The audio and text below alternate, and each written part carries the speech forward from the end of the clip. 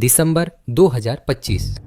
100 रूसी सैनिक एक सुरंग में फंसे हैं और जानते हैं कि वे मरने वाले हैं।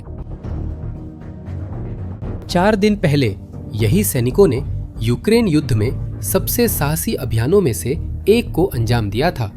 उन्होंने एक छोड़े गए औद्योगिक पाइप के जरिए घुसपैठ की, जिसमें उन्होंने संशोधित थैले और इलेक्ट्रिक स्कूटर का इस्तेमाल किया। इस तरह वे कुपियांस्क में यूक्रेनी लाइनों के नीचे से पार कर जाते। उनका उद्देश्य दुश्मन की रक्षा के पीछे से निकलना और शहर को अचानक कब्जे में लेना था। शुरुआत में यह काम कर छोटे समूह औद्योगिक क्षेत्र में घुसने में सफल हो गए, लेकिन फिर यूक्रेनियों को पता चल गया और जबकि रूसी सहायता दल अभी भी सुरंग के अंदर थे, उन्होंने 3 टन विस्फोटक उड़ा दिए। सुरंग बस ढह गई। आपूर्ति मार्ग काट दिया गया था और अब वे 100 सैनिक फंस गए थे, घिरे हुए थे। उनके पास कोई रास्ता नहीं था। अगले दिनों में रूसी ड्रोन औद्योगिक क्षेत्र के ऊपर दिखने लगे, लेकिन वे खाना नहीं लाते थे, न ही गोला बारूद लाते थे। वे झंडे लाते थे, रूस के झंडे। एक साधारण आदेश के साथ इन झंडों को लहराओ, वीडियो बनाओ, दिखाओ कि तुम शहर पर नियंत्रण रखते हो। सिर्फ प्रचार था। जब सैनिक मर रहे थे तब क्रेमलिन को जीत का दिखावा चाहिए था। और ये कोई अलग थलग कहानी नहीं है। पुतिन चाहते हैं कि दुनिया झंडे देखे। वो चाहते हैं कि आप माने कि रूस हावी है, कि यूक्रेन बिखर रहा है। लेकिन झंडों के पीछे एक रूसी सेना है जो अंदर से बिखर रही है। और आज मैं आपको बिल्कुल दिखाऊंगा कि ये कैसे हो रहा है। आइए सबसे बुनियादी से शुरू करते हैं, क्योंकि पिछले कुछ महीनों में पुतिन और उनके प्रवक्ताओं ने एक बहुत ही खास कहानी बनाई है। कहानी सीधी है। रूस विशाल है, दबदबा रखता है और जीत के करीब है, और यूक्रेन वह इस ताकत के सामने बिखर रहा है। पुतिन चाहते हैं कि दुनिया माने कि यूक्रेन को रूस की शर्तों पर शांति स्वीकार करनी चाहिए, या फिर रूस बाकी देश को बस रौंद देगा। ये एक सुंदर कल्पना है, लेकिन इसका युद्ध की वास्तविकता से कोई लेना देना नहीं है। दिसंबर 2025 में जब अमेरिकी दूत मॉस्को में शांति वार्ता के लिए गए थे, पुतिन ने कई शहरों के पतन की घोषणा की। पोक्रोव्स्क, सिवेर्स्क और कुपियांस्क सभी या तो गिर चुकी थी या गिरने वाली थी। और जब ये हुआ, वो कोई संयोग नहीं। इन बयानों को बातचीत में सौदेबाजी की ताकत बनाने के लिए तैयार किया गया था, ताकि पश्चिमी वार्ताकारों को दोबारा सोचने पर मजबूर किया जा सके। अगर वे सब कुछ नियंत्रित कर रहे हैं तो अभी बात करना बेहतर होगा। यूरी उसाको, क्रेमलिन के प्रवक्ता, ने यह स्पष्ट कर दिया। उन्होंने कहा, युद्ध के मैदान में हमारी सेना की जीतें बातचीत में मदद कर रही हैं। पुतिन असली सैन्य जीत न होने पर भी उन्हें बातचीत में अपने पत्तों की तरह इस्तेमाल कर रहे हैं। लेकिन समस्या ये है, उन शहरों में से कोई भी नहीं गिरा है। पोक्रोव्स्क अभी भी डटा हुआ है, कुपियांस्क अभी भी खड़ा है, सिवेर्स्क अब भी यूक्रेनी नियंत्रण में है। और सिर्फ इतना ही नहीं, जनवरी से सितंबर 2025 के बीच रूस ने अपने क्षेत्रीय लाभ को 1200 वर्ग किलोमीटर से भी ज्यादा बढ़ा चढ़ाकर बताया। ये कोई गणना की गलती नहीं है, ये एक बड़े महानगर के आकार जितना है। ये संगठित झूठ है। कर्नल जान उमर्क, एस्टोनिया के सैन्य कमांडर, ने दिसंबर में यह धोखा देख लिया था। उन्होंने कहा कि रूसी प्रचार और सूचना युद्ध का उद्देश्य पश्चिम और संयुक्त राज्य अमेरिका को प्रभावित करना है। इसका उद्देश्य एक झूठी कहानी बनाना है कि यूक्रेनी मोर्चा पतन के कगार पर है। पुतिन का उद्देश्य पश्चिम, खासकर संयुक्त राज्य अमेरिका को यह समझाना है कि यूक्रेन का समर्थन जारी रखने का कोई कारण नहीं है, कि पश्चिम ने अपनी कोशिश कर ली है, यूक्रेन असफल हो चुका है, अब नुकसान स्वीकार करना चाहिए।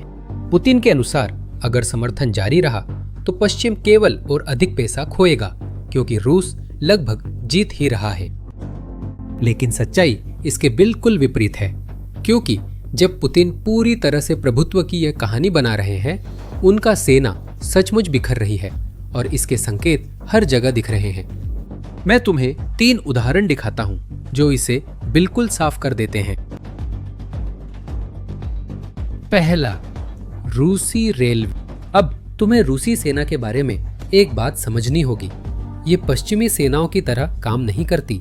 जहां संयुक्त राज्य अमेरिका और नेटो ट्रकों और सड़क परिवहन पर निर्भर करते हैं, वही रूस हमेशा रेलवे पर निर्भर रहा है। गोला बारूद, ईंधन, सैनिक ऑल एक जगह से दूसरी जगह जाते हैं। अगर रेलवे फेल हो जाती है तो सेना भी फेल हो जाती है, और 2025 में रेलवे फेल हो रही है। आरजेडीडी रूस की सरकारी ट्रेन कंपनी पर 4 ट्रिलियन रूबल का कर्ज है, जो कि 51 अरब डॉलर के बराबर है। मुनाफा 96% गिर गया है। प्रतिबंधों ने अहम पुर्जों, खासकर स्वीडन और अमेरिका से आने वाले उच्च गुणवत्ता वाले बेयरिंग्स की आपूर्ति रोक दी है। अब रूस या तो कम गुणवत्ता वाले चीनी विकल्पों का इस्तेमाल करने की कोशिश कर रहा है, या फिर मरम्मत के लिए दूसरे डिब्बों से पुर्जे निकाल रहा है। 3 लाख डिब्बे रेलवे नेटवर्क पर खड़े हैं, जो पूरी फ्लीट का 20% है। वे बस चल नहीं पा रहे हैं, या तो यांत्रिक समस्याओं की वजह से, या इंजन की कमी के कारण, या फिर टूटे हुए ट्रेनों के कारण लाइनों पर जाम लगने से। और इसका सीधा असर मोर्चे पर पड़ता है। ईंधन वाली ट्रेनें गोला बारूद की लोडिंग में देरी करती हैं, फंस जाती हैं। साल 2022 में रूस रोजाना 60,000 तोप के गोले दागता था। आज ये संख्या काफी कम हो गई है। जिस रेलवे लॉजिस्टिक्स ने रूस को फायर पावर से दबदबा दिया था, अब गायब हो गई है।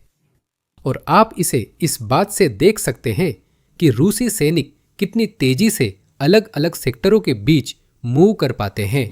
वे मूव नहीं कर पा रही है, वे फंसी हुई हैं। अब अगर आपको लगता है कि टूटी हुई रेलवे लाइनें बुरी हैं, तो दूसरा संकेत सुनिए। गधे, हाँ गधे।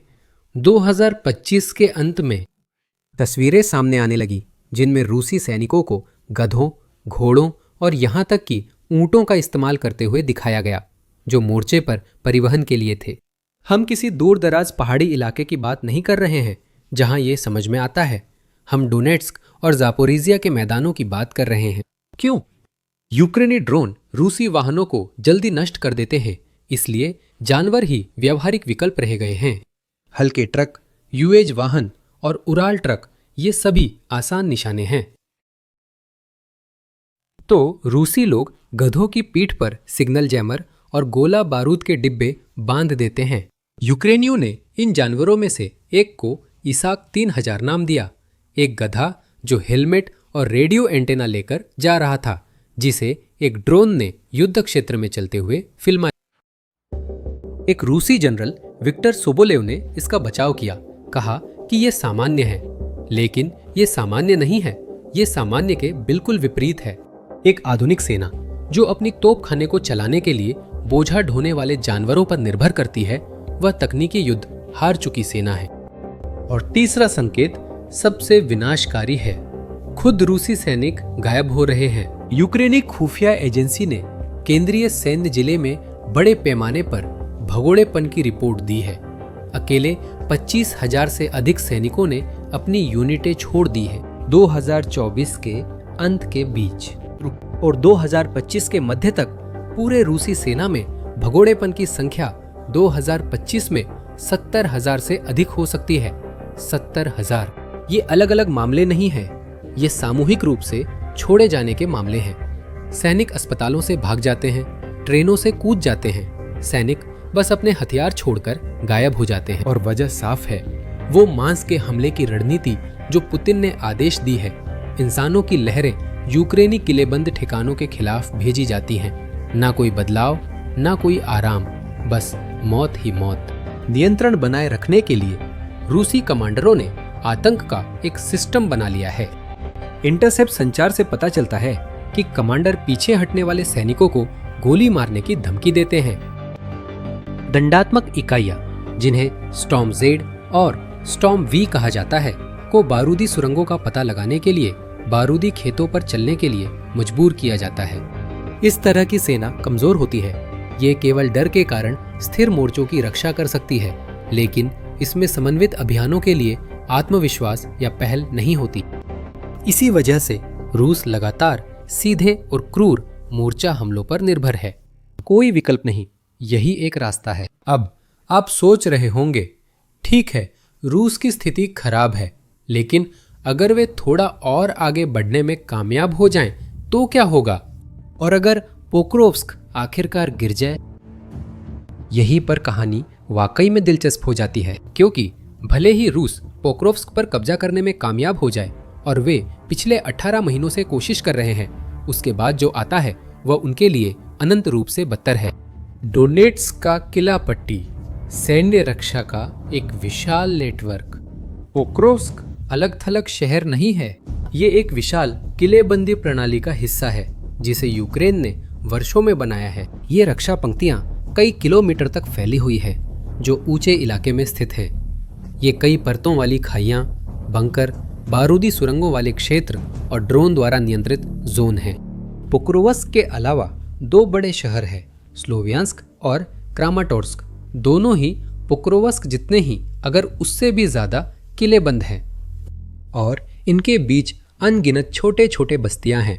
हर एक किलेबंद है, हर एक की रक्षा की जा रही है। रूस ने पोक्रोव्स्क पर कब्जा करने की कोशिश में लगभग 1 लाख सैनिक खो दिए हैं। 1 लाख। और ये तो सिर्फ किलेबंदी की पहली परत तक पहुंचने के लिए था। सैन्य विश्लेषकों का अनुमान है कि रूस को पूरी किलेबंदी को तोड़ने के लिए कम से कम 2 साल और सैकड़ों हजार अतिरिक्त जानें लगेंगी। और ये मानते हुए कि रूस मौजूदा हमलों की रफ्तार बनाए रख सकता है, जबकि रेलवे लाइनें टूटी हुई हैं, सैनिक भाग रहे हैं और गधों से गाड़ियों की जगह काम लिया जा रहा है, नहीं कर सकता। युद्ध अध्ययन संस्थान ने दिसंबर 2025 में एक मूल्यांकन प्रकाशित किया था जो इसे स्पष्ट करता है। स्लोवियांस्क और क्रामाटोर्स्क पर हमला करने के लिए रूस को अपने सभी उपलब्ध सैनिकों को पश्चिमी, दक्षिणी और मध्य क्षेत्रों से भेजना होगा। वह एक साथ कई जगह नहीं लड़ सकता था। दूसरे शब्दों में, पुतिन को युद्ध का आकार घटाना पड़ेगा, सब कुछ एक ही जगह पर केंद्रित करना पड़ेगा, लेकिन वह ऐसा नहीं कर सकते। क्यों? क्योंकि इससे उनकी कहानी बर्बाद हो जाएगी। यूक्रेन हर मोर्चे पर बिखर नहीं सकता। अगर रूस कम जगहों पर ध्यान केंद्रित कर रहा है तो पुतिन फंसे हुए हैं। वो अपनी ताकतें केंद्रित नहीं कर सकते बिना अपनी कमजोरी स्वीकार किए, लेकिन वो अपनी सेनाओं को 1250 किलोमीटर के मोर्चे पर फैलाकर भी पूरी तरह से तोड़े बिना आगे नहीं बढ़ सकते। और यही हमें सबसे महत्वपूर्ण सवाल पर लाता है, पुतिन ऐसा क्यों कर रहे हैं? वो इस दिखावे को क्यों जारी रखे हुए हैं? वो उन जीतों के बारे में क्यों झूठ बोल रहे हैं जो कभी हुई ही नहीं? जवाब सीधा है, वो बुरी तरह से हताश है। पुतिन को शांति वार्ता के लिए जीतों की जरूरत है। उन्हें यूक्रेन को डोनबास छोड़ने के लिए मजबूर करना है, इससे पहले कि रूसी सेना का आंतरिक पतन छुपाना बहुत ज्यादा मुश्किल हो जाए। वह समय के खिलाफ दौड़ में है। उनकी मांगे जैसे डोनबास का विलय और यूक्रेन को अपनी ही सेना को नष्ट करने के लिए मजबूर करना एक दिखावा है। उनकी सेना वही नहीं पा रही जो बातचीत में मांग रहे हैं, तो वह दाव लगा रहे हैं कि पश्चिम थक जाएगा, कि यूरोपीय और अमेरिकी हथियार भेजना बंद कर देंगे, कि यूक्रेन अकेला पड़कर बुरे शर्तों को मानने के लिए मजबूर हो जाएगा। लेकिन पश्चिम थक नहीं रहा है, असल में वह और सख्त हो रहा है। यूक्रेन के लिए सुरक्षा गारंटी पर चर्चा हो रही है, जिसमें स्वचालित सैन्य सुरक्षा भी शामिल है, जैसा कि नाटो प्रदान करता है। एक यूरोपीय शांति बल की अवधारणा पर चर्चा हो रही है। पुतिन खाली हाथ पोकर खेल रहे हैं। वह उम्मीद कर रहे हैं कि कोई उनके पत्ते देखने के लिए नहीं कहेगा, लेकिन हर कोई पहले से ही उनके ब्लफ पर शक कर रहा है। यूक्रेनी मोर्चे के ढहने की वह कहानी अब कमजोर पड़ने लगी है। रूसी सेना संख्या और जीवन की परवाह न करने के कारण खतरनाक तो है, लेकिन अंदर से टूट चुकी है। सबूत बहुत भारी है। ये युद्ध 2025 के अंत में रूसी प्रभुत्व की कहानी नहीं है। ये एक साम्राज्य की कहानी है जो वर्तमान के भ्रम को बनाए रखने के लिए अपने भविष्य की बलि दे रहा है। अब मुझे एक बात बताओ, क्या तुम्हें लगता है कि पुतिन इस कहानी को और ज्यादा समय तक बनाए रख पाएंगे? अपनी राय कमेंट्स में बताएं। और अगर आपको यह कंटेंट पसंद आया और आप समझना चाहते हैं कि युद्ध में असल में क्या हो रहा है, तो चैनल को सब्सक्राइब करें और इस वीडियो को शेयर करें। हम अगली बार मिलेंगे।